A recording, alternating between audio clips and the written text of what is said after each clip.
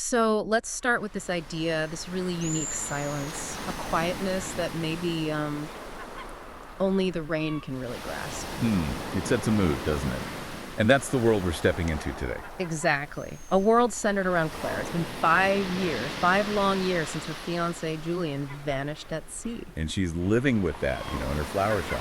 Surrounded by life, but sort of shadowed by this huge loss. Yeah, the grief is just there, woven into everything. And this fifth anniversary is coming up. Which feels significant, like a marker, a point where maybe something shifts. Right. And Claire has this quiet ritual for it. In the shop, just her, What does she do? a single candle. Picture it, just that small flame against the darkness. It says so much about the love still being there.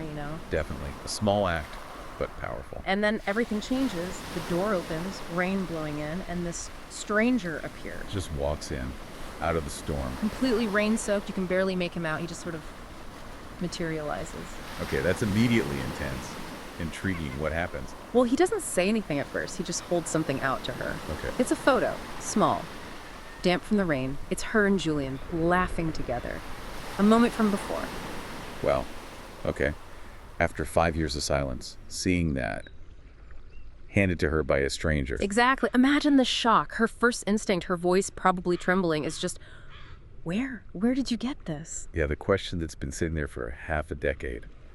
Does he answer? No, not a word. The question just hangs there. And then, he can't just stand there. No, he places something else down, a folded note right there on the counter, Another piece of the puzzle. and then he just turns, walks back out, disappears into the rain and the fog again. Despite her calling out, Yeah, she pleads, apparently, but he's just gone, like he was never really there. leaving her with the photo and this note.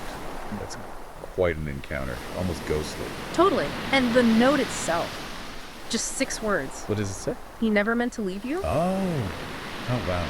After 5 years, that message lands like a lightning strike, I imagine. Completely. Think about it, 5 years of believing one thing, maybe, or just living with the not knowing, and then that. It throws everything up in the air, doesn't it? Is he alive? Was there guilt involved? Is this even from him? All those possibilities must have just flooded her mind. Hope, maybe. Fear. Confusion. Yeah, a real emotional whirlwind. How does she even process that? Well, the story tells us she has a sleepless night, just replaying it all. The stranger, the photo, that note, the questions just spinning. I can believe it. Sleep would be impossible. And then the next morning, she goes back to the dock, the place where it all began, in a way. The place that represents the loss. But maybe now, something else done. Maybe a tiny flicker of hope, perhaps. She's searching, the narrative says, but she doesn't even know what for. Just drawn there, needing to be close to it. Yeah, exactly. And the tide is calm, almost like it's holding its breath, too. That's a nice detail. Nature reflecting the mood. And then she finds it, tucked behind a weathered post on the dock. Finds what? Not the stranger again. No. Another note, folded just like the first one, but this one, it's dry. Protected. Okay, so someone meant for this one to be found. Deliberate. What does this one say? This one's a bit longer. Forgiveness isn't forgetting, it's remembering and still choosing love. Huh. That's profound. It speaks to healing, doesn't it? Not erasing the pain, but carrying it differently. Exactly. It's about acknowledging everything and still choosing love. But there's more. It gives a place and a time.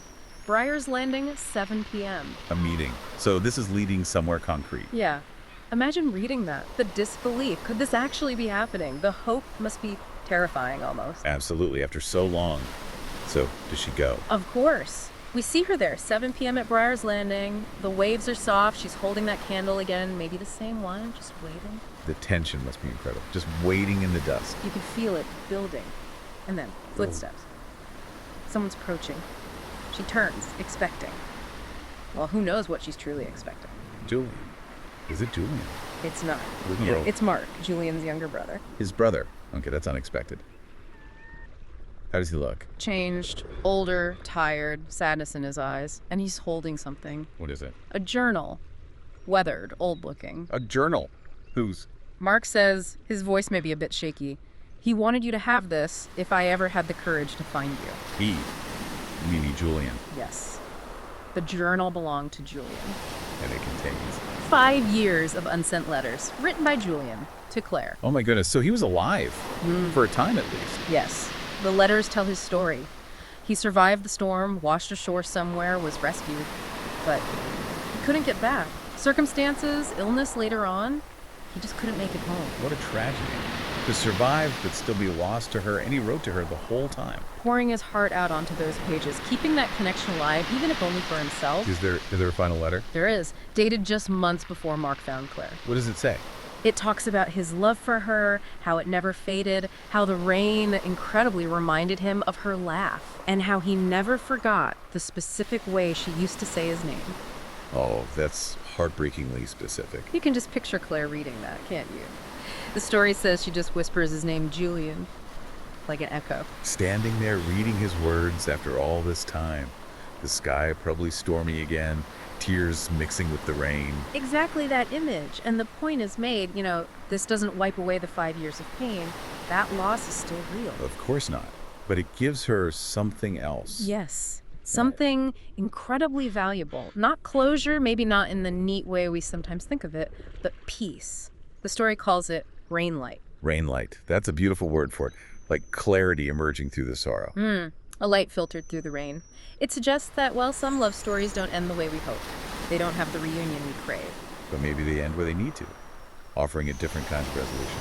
Perhaps. A resolution found in truth, in understanding, even if it's painful. And that final image. Yeah. The rain.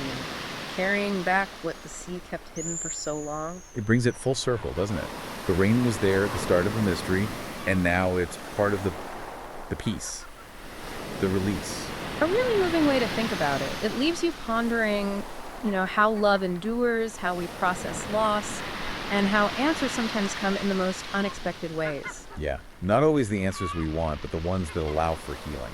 A different kind of light. Exactly. A reminder that even after the storm, something like peace can still find its way through.